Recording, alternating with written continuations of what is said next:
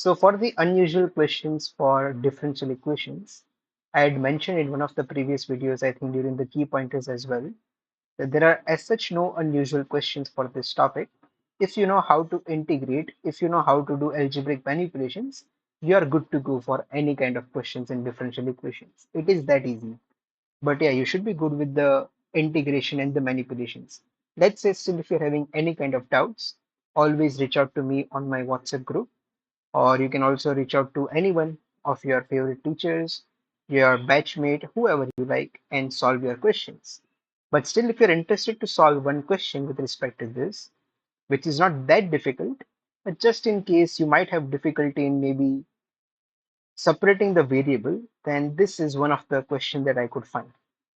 This question is coming from October November 23, paper 3, variant 2. And this is the first part of the question which we are trying to solve for question 11 in the paper. Part B is not present in the workbook. I have just stated it over here just in case we can discuss it in the video. So the first part would be, in order to solve this differential equation, we need to separate the variables. Now the question is, how will you separate the variables over here? Pause the video and think about it. If you are able to do it, then that's wonderful. In case if you are not able to do it, come back to the video and see how I am doing. So what I'll do is, because I know that this is my derivative term, the denominator of this will be shifted to the other side. So I know that my x terms will be on the right hand side and my y terms will be with respect to left hand side. But now how can I separate this? So what I can do is I can say that it is x squared dy is equal to, I'll shift this to the right hand side and then multiply dx over there. So that it's going to look like minus of y minus y square, and this is whole multiplied with dx. Now I can bring the y terms to the denominator on the left side and x square in the denominator to the right side. So it's going to look something like this. I'll keep the negative sign in the common over here only and take y square plus y in the denominator. So it's going to look like 1 over y square plus y dy is equal to minus 1 over x square dx. The minus sign that I had taken the common over here is present over here. X square has gone to the right side, y square plus y has gone to the left side. Now, this is very easy to integrate, but what about this? I can change this into the partial fraction format. I know that 1 over y times y plus 1, because this is not an improper fraction, I don't need to have an extra a plus something. I can directly say it is a over y plus b over y plus 1. So I can compare the numerator. It is going to become 1 is equivalent to a times y plus 1 plus by. Over here, if I say that let y is equal to 0, so I will get a is equal to 1, because this is 0, this is 0, so a times 1 is equal to 1. Now in the similar way, if I put let y is equals to minus 1, so minus 1 plus 1, this will go to 0, and you are having b is equals to minus 1. So now you can convert this. Of course, I'm assuming you are good with the partial fractions. If not, you can watch the previous key pointers video for the partial fractions that I've uploaded in this series. Over here, I can say that this is same as writing 1 over y minus 1 over y plus 1. This is whole to be integrated with respect to dy. And on the right hand side, this same as minus integration of x to the power of minus 2 dx. So the integration of 1 over y is ln of modulus of y, and minus, this is ln of modulus of y plus 1, and this is equal to minus x to the power of minus 1, I'm using n plus 1 rule over here, divided by minus 1 plus c. So if I simplify this, it is ln of y over y plus 1 is equal to This is going to become 1 over x plus c. Minus minus gets out. You are left with 1 over x. So yeah. And now I can substitute x equal to 1, y is equal to 1. Substitute x equal to 1, y equal to 1 to find c. So c will be equal to ln of 1 over 2. So that is ln of half minus 1 over 1 is 1. So it will go on the other side and become 1. Minus 1 basically, right? That is why minus 1. So ln of 1 over 1 plus 1. 1 plus 1 is 2. So ln of half minus this. This looks good. So from here I can say that solution of differential equation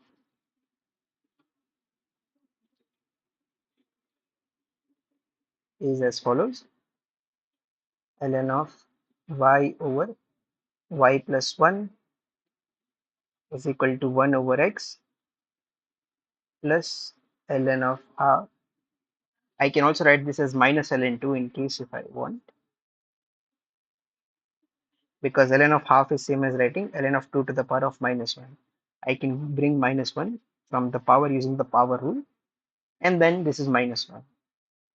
Now because I wanted to make y the subject of formula,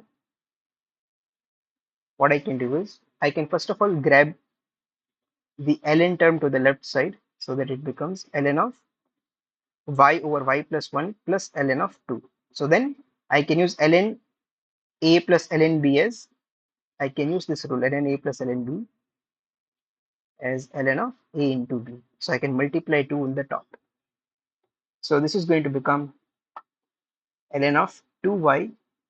Of course, I can't write ln over there. So yeah, ln of 2y divided by y plus 1 is equal to 1 over x minus 1. If you want, you can simplify this further as writing 1 minus x over x. It's up to you. Now to get rid of the ln over here, I can introduce e as the base on both the sides and raise it to the power. So this will become 2y over y plus 1 is equal to e to the power of 1 by x minus 1. Now I have to make y the subject of formula. So how can I do this? I can say that it is 2y is equal to y e to the power of 1 over x minus 1 and then plus e to the power of 1 over x minus 1. This is 1 over x minus 1. And then I can take this and take, I can take the entire term on the left side and make y the common.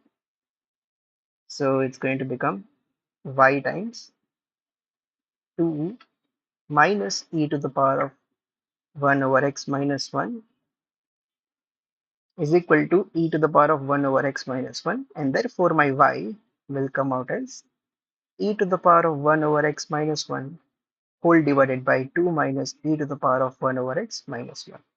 And that becomes the answer for the first part. Now, as I told you, the second part is not the difficult part. Even though this question was not that difficult, just maybe the simplification over here may be a bit tricky. But anyways, let's also discuss part B. But yeah, you won't find this question in your workbook, but just in case to complete the question 11 of this particular paper. So state what happens to the value of y when x tends to infinity. Give your answers in the exact format. So if my x is tending to infinity, what's going to happen? So what I can do over here is, as x tends, let me change the color. This is not the color I wanted. All right. So if I say that x is approaching a very higher value, so 1 by x is going to approach 0. 1 by x approaches 0 in that case, right? So as x approaches infinity, 1 by x approaches 0, and this means e to the power of 1 over x, anything to the power of 0 is 1, right? Anything to the power of 0 is 1. So this is going to approach to a value of 1. And therefore, this is same as writing, I can write e to the power of 1 over x minus 1 as e to the power of minus 1 over x times e to the power of minus 1, and then divided by 2 minus e to the power of minus 1 by x times e to the power of minus 1. So I can just substitute this as 1 and this as 1 because this value is approaching to 1. So I can say that my y will approach, this implies that my y will approach e to the power of minus 1 over 2 minus e to the power of minus 1. Now, if you want, you can simplify this. E to the power of minus 1 can be written as 1 over e on the top and on the bottom.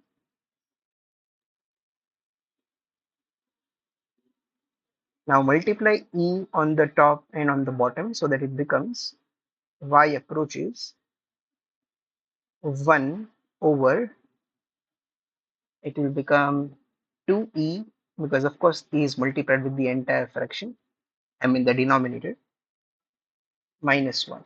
So 1 over 2e minus 1 is the value of y that it will approach. And of course, you can conclude it like saying as x approaches infinity, 1 over x approaches 0, and therefore e to the power of 1 over x approaches 1. And then you can say that y can be written as this particular format. You can do the simplification and simply write the conclusion that therefore y will approach to a value of 1 over 2e minus 1, and you are done with this question as well.